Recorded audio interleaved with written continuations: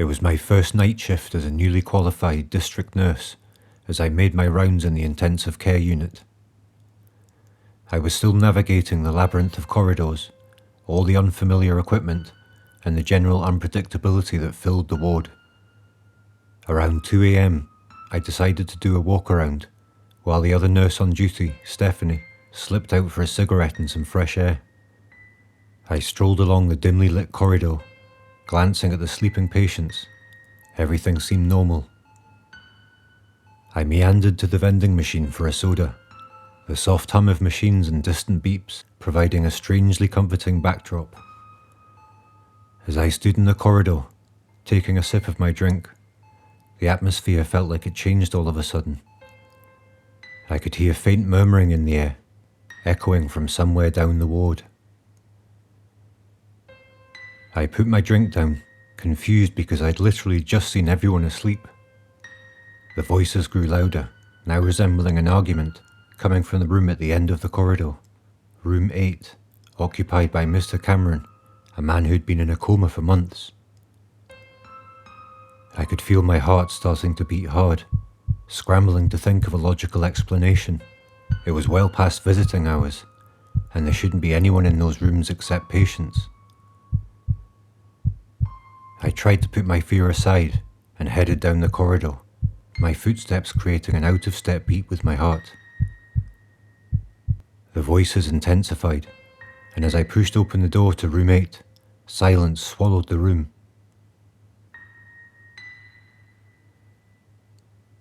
I scanned around, my eyes landing on the still figure of Mr. Cameron. No sounds, just the soft hum and occasional beep of the machines surrounding him. More confused than scared, I turned to leave when the loud voices erupted again. I spun around, only to see Mr. Cameron shouting. His voice switched, oscillating between aggression and muttering. Panic hit me as I grappled with the surreal scene unfolding before me. His words seemed to come from different personalities, disjointed and disjointing. Even though this all erupted within a few seconds, I could feel myself kind of freaking out, not knowing what to do. Suddenly the door opened and my colleague Stephanie walked in, completely unfazed. "You've met Mr. Cameron then?" she said casually as she attended to him. She explained that this was somewhat routine. Mr. Cameron's bizarre vocal gymnastics happened often.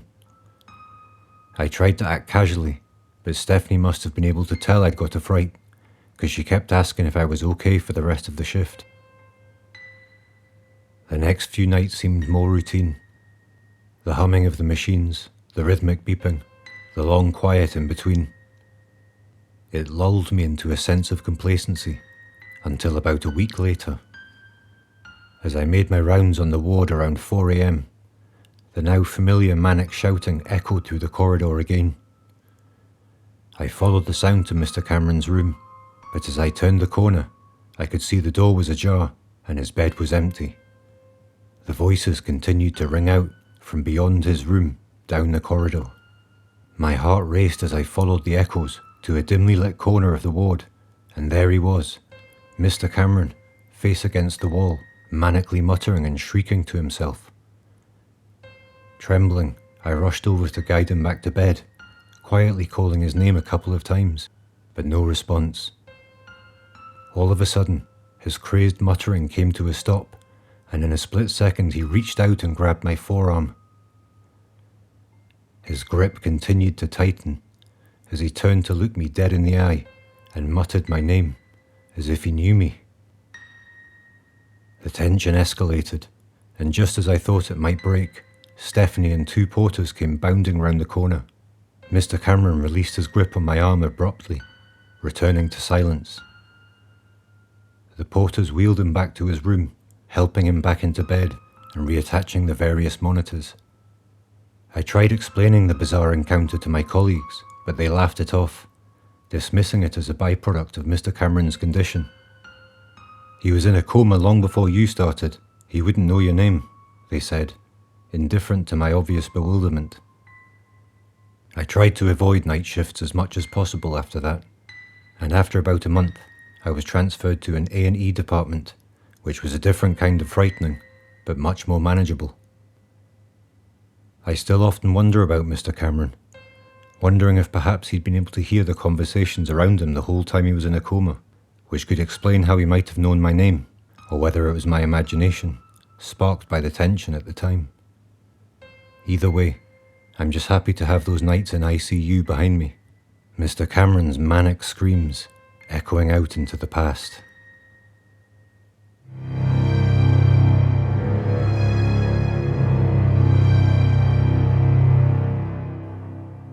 My hospital room buzzed and bleeped with machinery, and the hushed chatter of people awaiting their medical fate.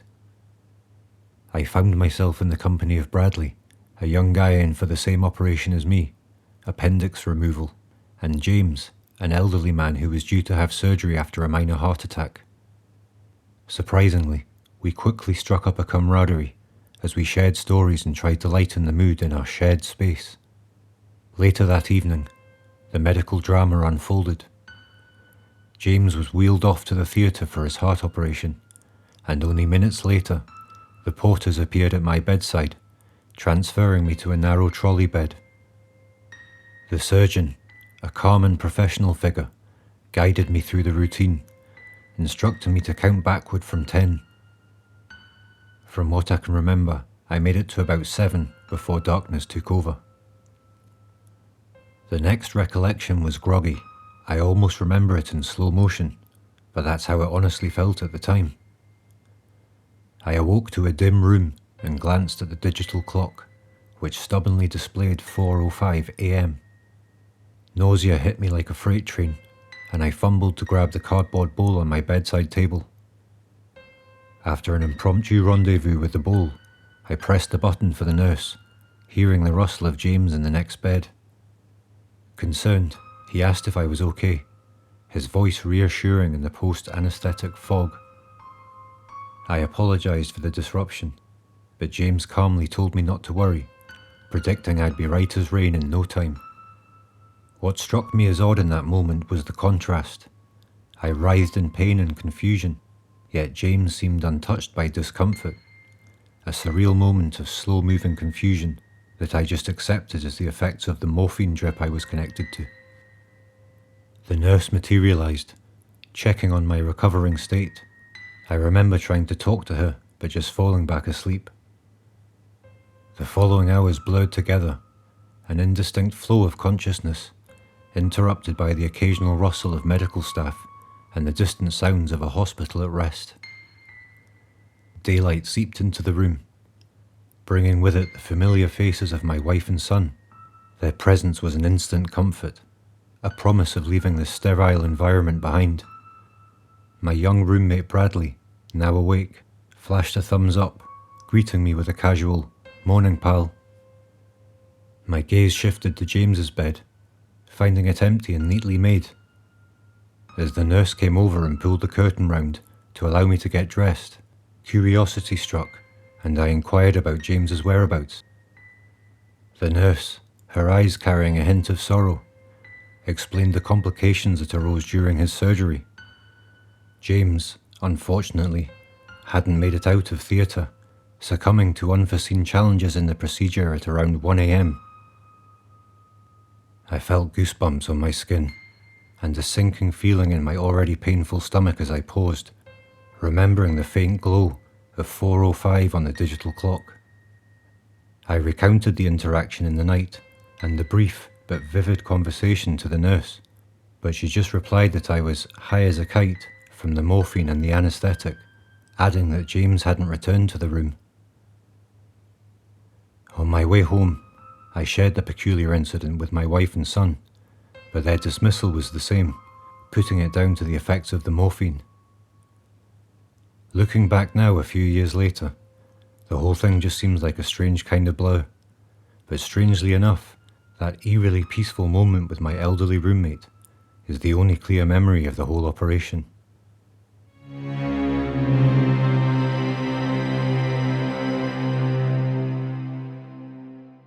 Back when my childhood best friend and I were about 12 or 13, we spent all our free time together either playing football or Goldeneye on the N64. We lived in a small town where the summer afternoons seemed to stretch on forever, and we'd spend hours in the park kicking the ball about. One late afternoon, our game of football eventually lost its allure, and we decided to head back to grab some food and play some video games. On our way home, we passed the old vacant hospital that loitered creepily since it had become disused years ago. The structure, originally an army barracks before its conversion into a hospital, had always been a source of fascination and urban myths in our small town. As we snooped around, curiosity took a firm grip of the reins. A rusty metal panel, partially unbolted from the wall, beckoned us with a promise of a guaranteed thrill. Adrenaline coursed through our veins as we egged each other on, both knowing fine well we weren't supposed to venture in, but deciding for ourselves to go for it anyway. We crouched down low and crawled through the opening, greeted by the darkness within, the occasional thin beam of light penetrating the gloom through the grates over the windows and doors. The hospital echoed with the squeak of rubber soles against the floors as we delved deeper. Our exploration eventually led us to the end of a corridor, where a dusty sign announced our arrival at the psychiatric unit. A massive metal revolving gate stood before us, a floor-to-ceiling barrier separating us from the dark area ahead. Not thinking twice, I charged through the gate, jesting about needing to be locked up, but as I entered, facing the darkened section, a pang of horror struck. The gate clicked solidly behind me. We both started to panic as I frantically tried to push back through the turnstile, but it wouldn't budge. A gate to the side proved just as unyielding. As we scrambled around, caught in the frantic moment, a sudden tap of footsteps echoed from the far end of the hospital. My friend, quick-witted in the face of danger, whispered urgently, "Hide!" He ducked out of sight behind the tiled wall, leaving me separated behind the gate, shaking with fear and a buzz in my stomach. The approaching footsteps disappeared, and silence enveloped the corridor. I whispered to my absent friend, hoping, praying he was still nearby. "Are you still there?" No response. Then, breaking the silence, a metallic clunk behind me. The far gate jolted on its hinges. Seizing the opportunity, I pushed it open, seeing my friend pointing to a cracked release button on the wall. We sprinted towards the entrance, the echo of our footsteps resonating deafeningly through the empty halls. As we reached our entry point, crouching down to crawl out through the bent metal panel, the squeaking sound of footsteps coming to a halt rang out in the short corridor behind us. Without looking back, we hurriedly squeezed through the gap, only for the metal panel to cut deep into my arm as I rushed through. We ran off, overwhelmed by sheer terror and adrenaline, to my house. With my arm bleeding, we frantically explained the harrowing encounter with the unknown person lurking within the hospital's walls. However, our parents were uninterested in tales of anyone else on our adventures. Their anger was directed at our disregard for rules and for trespassing, saying what did we expect after breaking into dangerous old buildings. My friend was sent home, and we were both grounded for the escapade. Irony played its hand as I ended up in the hospital myself, the actual hospital, for a couple of stitches and a tetanus shot, the price paid for my daring escape from the darkened confines of the old hospital.